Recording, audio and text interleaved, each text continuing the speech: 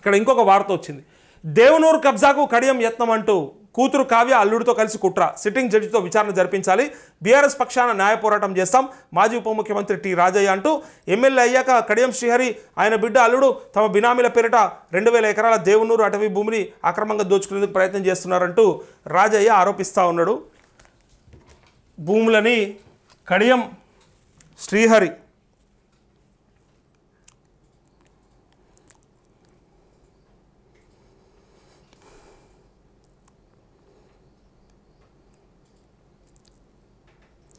Deputy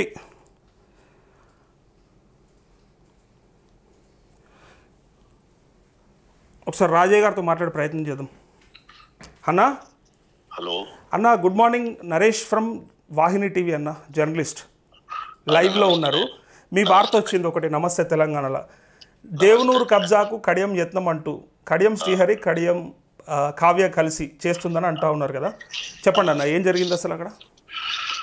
ఇప్పుడు voice ఇది ఏంటంటే లైవ్లో ఉన్నారు మీరు, వాహిని టీవీ లైవ్లో ఉన్నారు, రైతులు చూస్తున్నారు వేలాది మంది, చెప్పండి అన్న. ఇప్పుడు దేవనూరు, ముప్పారం, పైన వేలేరు, దామెర మధ్యలో 1967లోనే దాన్ని రిజర్వ్ ఫారెస్ట్ గా గుర్తించడం జరిగింది అన్న. సో ఆ రకంగా వన్యప్రాణులు, తర్వాత జంతువులు, తర్వాత ఔషధ మొక్కలు అనేక రకాలుగా మొత్తము హన్మకొండ జిల్లాకు ఏకైక అడవి అది ఓన్లీ ఇనుపరాతి గుట్టలు మాత్రమే. ఓకే అన్న. దాదాపు 4000 ఎకరాలు ఉంటుంది. సో అది మొత్తం కలిస్తే కూడా ఫారెస్ట్ శాతము హన్మకొండకు ఓన్లీ 1%. సో ఎట్టి పరిస్థితుల్లో వాతావరణ సమతుల్యతను కాపాడుకోవడం కోసం, వన్యమృగాలను కాపాడుకోసం దాన్ని ఫారెస్ట్ గా గుర్తించడమే కాకుండా దాన్ని కాపాడుకోవాల్సిన బాధ్యత మన అందరిది. అయితే ఏదో రకంగా కొందరు ముప్పారంలో 212 నుంచి 216 వరకు సర్వే నెంబర్లు, దేవనూరులో 403, 404 సర్వే నెంబర్లో మాకు రెవెన్యూ రికార్డులో ఉంది అని వాళ్ళు కాగితాలు పట్టుకొని రెవెన్యూ అధికారుల చుట్టూ తిరగడం జరిగింది. అయితే రెవెన్యూ భూములు ఎప్పుడైనా కూడా ఫారెస్ట్ కిందనో పక్కనో ఎక్కడో ఉంటాయి, కానీ ఫారెస్ట్ మధ్యలో ఉండవు. సో ఫారెస్ట్ మధ్యలో ఉండవు. వీళ్ళు ఏం చేస్తున్నారు అంటే, వీళ్ళు కడియం శ్రీహరి దగ్గరికి వెళ్ళి ఆ కడియం శ్రీహరి కలెక్టర్ గారిని ఆదేశించడం గతం 6 నెలల కిందనే ఇది అయింది. అయితే మేము అప్పుడే తిరగబడ్డాం. ఇదంతా కూడా ఆ రైతులకు ఎంతో కొంత డబ్బులు ఇచ్చి బినామీ పేర్ల లెక్క వాళ్ళని వాడుకొని వెనుక ఉండి కడియం శ్రీహరి గాని, తన బిడ్డ గాని, అల్లుడు గాని డైరెక్ట్ గా ఇండైరెక్ట్ వండుకుంటూ వాళ్ళని ప్రోత్సహిస్తూ దాన్ని దాన్ని ఏమంటారు, దాన్ని ఆక్రమించడం, అంటే ఆక్రమించడం, ఇంగ్లీష్ లో ఎంక్రోచ్మెంట్, తెలుగులో ఆక్రమించడం ప్రయత్నం చేయడం కాకుండా ఆల్రెడీ మైనింగ్ అంటే గుట్టలు కాబట్టి ఆల్రెడీ మొరం తీస్తా ఉన్నారు, రాళ్ళు తీస్తా ఉన్నారు. తర్వాత మొత్తం కూడా సిటీకి కూడా సప్లై చేస్తే పెద్ద బొందలు చేయడం జరిగింది ఇప్పుడు. తర్వాత ఫారెస్ట్ కి ఎప్పుడు కూడా ట్రెంచింగ్ ఉండదు, చుట్టూ కూడా కందకం తీసున్నది. సో కందకానికి పైకి ఒక 100-150 మీటర్ల వరకు పై వరకు మొత్తము దాదాపు 10 కోట్ల రూపాయలకు సంబంధించిన హరితారానికి సంబంధించిన మొక్కలు పెట్టి వృక్షాలు అయితే వాటిని కూడా కొట్టేసి లోపలికి పోయిన సందర్భం అక్కడ కనబడుతుంది. చెట్లను కొట్టేశారు, మైనింగ్ కింద మొరము తీసే కార్యక్రమము, ఇదంతా కూడా ట్రెంచ్ లోపలికి చేయడం. సో భూమికి ముఖం ఉండదు, కానీ ఎవరైతే సర్వేయర్లు కనుక చూపించారంటే రెవెన్యూ కరెక్ట్ చేశారంటే కిందకుంటాయి. కింద 450 ఎకరాల వరకు ఎస్ఎన్ ల్యాండ్ కూడా ఉంటే కొంత దేవనూరులకి, కొంత ముప్పారం వాళ్ళకి గుడి ఇవ్వడం జరిగింది. అంతేకాకుండా గతంలో అక్కడ టెక్స్టైల్ పార్క్ పెడతానని చెప్పేసి కూడా 150 ఎకరాలు గవర్నమెంట్ ఎక్వైర్ చేయడం జరిగింది. సో వీటన్నిటిలో ఎక్వైర్ చేసినప్పుడు దాన్ని మనం గవర్నమెంట్ ప్రాపర్ గా యూజ్ చేసుకోకపోతే ఏం చేస్తారు, మళ్ళీ ల్యాండ్ ల్యాండ్స్ అది కూడా దున్నుకోవడం జరుగుతుంది.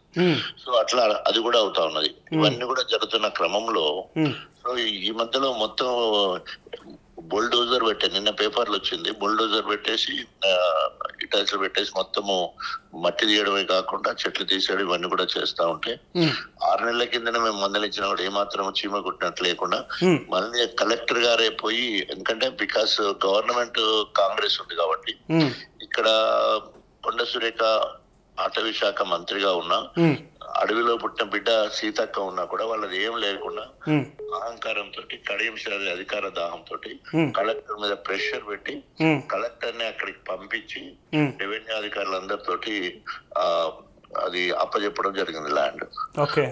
అక్కడ అయితే అక్కడ నిజ నిర్ధారణ చేద్దామని నేను అక్కడ పోయి చూస్తే మొత్తం కూడా కంప్లీట్ గా ట్రెంచ్ లోపల అడవి ప్రాంతంలోనే చెట్లు కొట్టడము, దాంట్లో మట్టి తీయడము, అదన్నీ కూడా అవపడడం జరిగింది. సో ఇది ఇప్పుడు కంచె చేను వేసినట్లు అయిపోయింది అక్కడ. ఎందుకంటే ఇప్పుడు కలెక్టర్ గారు ఉన్నా, లేకపోతే సీఎం గారు ఉన్నా, లేకపోతే గవర్నర్ ఉన్నా, ప్రభుత్వ ఆస్తులు కస్టోడియన్ ఉండాలి, ధర్మకర్తలు ఉండాలి, కానీ వాళ్ళు ఇష్టం ఉన్నట్టు చేసడానికి లేదు. సో కలెక్టరే ల్యాండ్ అప్ప చెప్తున్నది ఫారెస్ట్ వాళ్ళను. ఎందుకంటే ఫారెస్ట్ ఆఫీసర్ కూడా కలెక్టర్ కిందనే ఇక్కడ డిస్ట్రిక్ట్ ప్రోటోకాల్ కి వచ్చేవారు. ఏం చేయలేని పరిస్థితి. అందుకనే సిట్టింగ్ జడ్జి తోటి న్యాయ విచారణ జరిపించాలని నేను డిమాండ్ చేస్తున్నారు. నిన్న కూడా మీరు పరిశీలిస్తున్నట్టుగా ఒక ఫోటో కూడా వచ్చింది, అది వెళ్ళి చూడడం కూడా జరిగింది. కాబట్టి అడవులను కాపాడడం అనేది అది మనందరి బాధ్యత. అట్లా వ్యక్తిగత ప్రయోజన లెవెల్కి లేవు. సో అంతే కదా. కాబట్టి ఎవరికైనా నిజంగానే రైతులకు అన్యాయం జరగొద్దు. రైతులకు ఎట్టి ఒకళ్ళు నిజంగానే వాళ్ళకి పట్టిదారు పాస్ పుస్తకం అంటే 70 ఏళ్ల నుండి ఇప్పుడు ఏదైతే అడవిని కొట్టిలో 70 ఏళ్ల నుండి అక్కడ వ్యవసాయం చేయలే. ఒకవేళ నిజంగానే పట్టా పాస్ పుస్తకాలు ఉండి ఆన్సిస్టర్స్ ప్రాపర్టీ అయ్యేది ఉంటే ఎప్పుడో కాస్ట్ చేసుకునే వాళ్ళు. 70-80 ఏళ్ల కాంచెలు అంటే 1967లో దీన్ని రిజర్వ్ ఫారెస్ట్ గా గుర్తించాలని పెట్టినప్పటి నుంచి ఇప్పటి వరకు ఎప్పుడు కూడా వ్యవసాయం చేసుకోలేదు. ఇప్పుడు కలెక్టర్ వచ్చి ఒక ఇవ్వడం తోటి వాళ్ళకు ఏదో ధైర్యం వచ్చినట్టు, హక్కు వచ్చినట్టు ఫీల్ అయ్యి మొత్తము ఏమంటారు ఫారెస్ట్ ను డిస్టర్బ్ చేయడం జరుగుతుంది. ఇది దీని వెనుక ఎవరున్నారు అనుకోవచ్చు అన్న? ఏం ధైర్యం అసలు? కడియం శ్రీహరి అని. కడియం శ్రీహరికి, కడియం కావ్యకు, ఈ నజీర్ కు ఏం ధైర్యం అసలు? ఇది అంటే ఏం ధైర్యము? పోస్టే కదా. అభివక్త వరంగల్ జిల్లాలో 2 దళితులు, తండ్రి బిడ్డ. సో వాళ్ళిద్దరు ఇంకా అంతకంటే ఏం కాదు. ప్రభుత్వం కాంగ్రెస్ అంటే పదవి ఎల్లకాలం ఉంటది అనుకుంటారు వాళ్ళు. అది మరి వాళ్ళు నడకాలి. అది వాళ్ళని ప్రోత్సహించేవాడు ఎక్కువ మళ్ళీ రేవంత్ రెడ్డి అయి ఉంటాడు. ఎందుకంటే అక్కడ కంచె గచ్చిపోవాలని ఆయన చేస్తే ఆయన చేయగలదు, నేను చేస్తూ ఈయన ఇక్కడ చేస్తాను. అట్లా ఒకళ్ళని చూసి ఒకళ్ళు అన్నట్టు. ఎందుకంటున్నానంటే అక్కడ సిఎస్ మీద ఇంకొక చెట్టు నరికేది ఉంటే నువ్వు జైలుకు పోతావు అని సుప్రీంకోర్టు హెచ్చరించడం జరిగింది. CS chief secretary of Telangana Shanthakumar గారు 3 మీటర్ల మీద ఎత్తుంటే అసలు కొట్టాలంటే పర్మిషన్ కావాలి.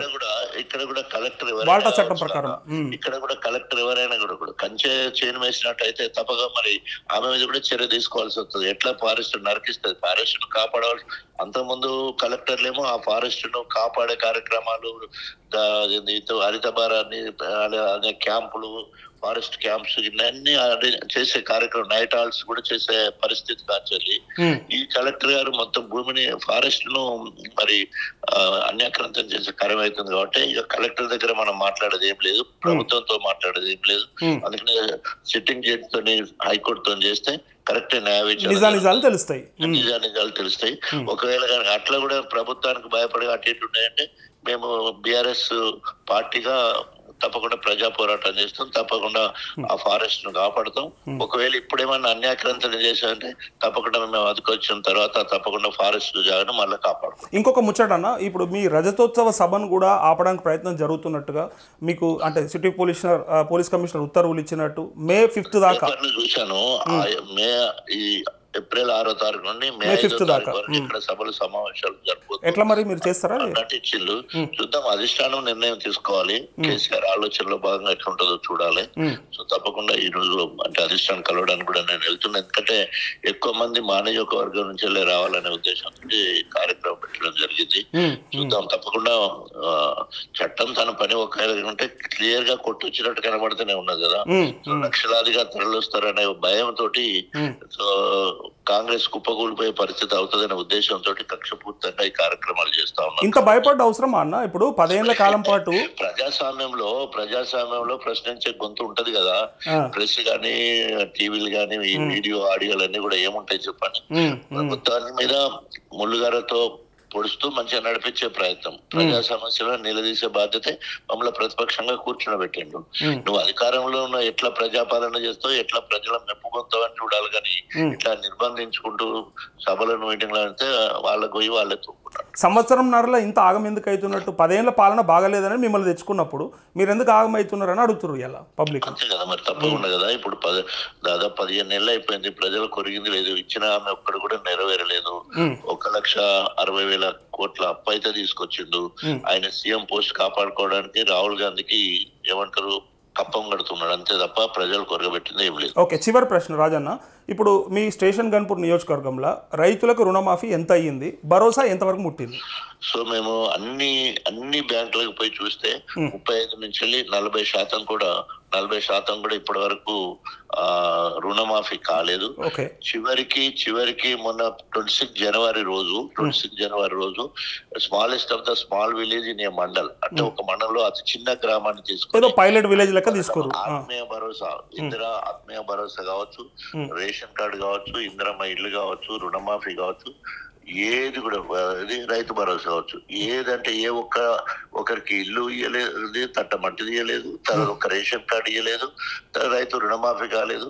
సో ఆ 2 ఎకరాలలో కూడా ఆ ఒక్క ఊరికే రాలేదు ఇప్పటి వరకు రైతు భరోసా. 2 ఎకరాలు రూపిస్తాం అన్నది ఆ ఒక్క ఊరికి కూడా రాలేదు, చిన్న ఊరు కూడా పూర్తి స్థాయిలో రాలేదు. మీ దగ్గరకు వస్తురా అన్న, రైతులు వస్తారా, అడుగుతురా? డెఫినెట్ అడుగుడేంటి, కాంగ్రెస్ వాళ్ళే అంటే మేము కాంగ్రెస్ అని చెప్పుకొని తినేటోళ్ళు కూడా అన్నా నువ్వే కొంచెం గట్టిగా మాట్లాడాలి, మేము మా పార్టీలో ఉన్నాం కాబట్టి కక్కలేక మింగలేకుంటున్నాం, నువ్వే గట్టిగా మాట్లాడడానికి కాంగ్రెస్ వాళ్ళు కూడా నా దగ్గర వస్తున్నాం. సో రైతులను మాత్రం ఇట్లా ముంచింది నిండా ప్రభుత్వం అయితే. 100% రైతులను ముంచనే కాదు, ఆశ పెట్టి నట్టేట ముంచింది. ఆశ పెట్టకపోతే అది వేరు, మొత్తం దేవుళ్ళ మీద కొట్టేసి తర్వాత డేట్లు పెట్టి దసరాకి ఇస్తా, డిసెంబర్ 9కి ఇస్తాము, 100 రోజులలో ఇస్తాము, ఏ జిల్లాకు పోతే ఆ జిల్లాలో ఉన్న ప్రముఖ దేవస్థానానికి సంబంధించిన దేవుళ్ళ మీద ఒట్లేయడం అన్ని చేసి ఆఖరికి ఎగబెట్టే కార్యక్రమం. ప్రజలను ఇంత వంచిస్తే మరి ఎట్లా బుద్ధి చెప్పాలి ప్రజలు? సమాధానం ఏంటి? సమయంలో వాళ్ళకి 5 సంవత్సరాల మ్యాండేటరీ ఉంది, 5 సంవత్సరాలు చేయాలా, చేయకపోతే తప్పకుండా ఎవరైనా కూడా మూల్యం చెల్లించక తప్పదు. ఓకే, థ్యాంక్ యూ అన్న, thank you Rajanna, thank you. ఇది మాజీ ఉప ముఖ్యమంత్రి డిప్యూటీ సీఎం రాజయ్య గారు చెప్పినటువంటి మాట. ఇక్కడ ఆ భూములు ఏవైతే ఉన్నాయో ముప్పారం అట్లే దేవునూరుకు సంబంధించి మరి వాళ్ళు చేస్తున్నటువంటి ఆ దోపిడీ కబ్జా దాన్ని ఖచ్చితంగా ఆపుతామని చెప్తూ సిట్టింగ్ జడ్జితో విచారణ జరిపించాలని కూడా కోరుతా ఉన్నాడు. సో కడియం కుటుంబం చేస్తున్నటువంటి కబ్జా భాగవతం ఇది. సో ఇక్కడ ఇంకొక మాట ఏంటిదంటే, ఇప్పుడు ఆయన చెప్పింది అయితే విన్నాం మనం, అసలు ఈ రుణమాఫీ రైతు భరోసా అన్నది అయితే ఎక్కడ 35-40% కూడా ముట్టలేదు. సో రైతులను అయితే నిజంగా మోసం చేసింది ప్రభుత్వం అని చెప్తా ఉన్నాడు రాజయ్య, మాజీ డిప్యూటీ సీఎం.